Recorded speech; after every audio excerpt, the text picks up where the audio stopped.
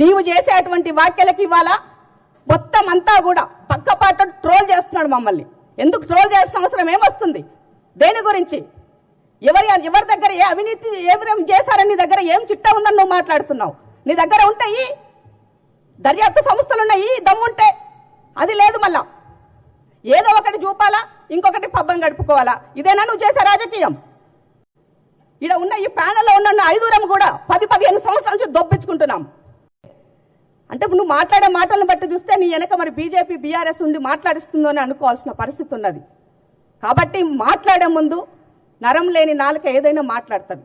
నాలుక నుంచి ఒక వర్డ్ బయటకు వస్తే దాన్ని వెనక్కి తీసుకోవాలంటే ఎంతో కష్టపడి ఉండాలి, ఎంతో బాధపడాలా. అవి మళ్ళీ తీసుకోవాలి వెనక్కి అని అంటే.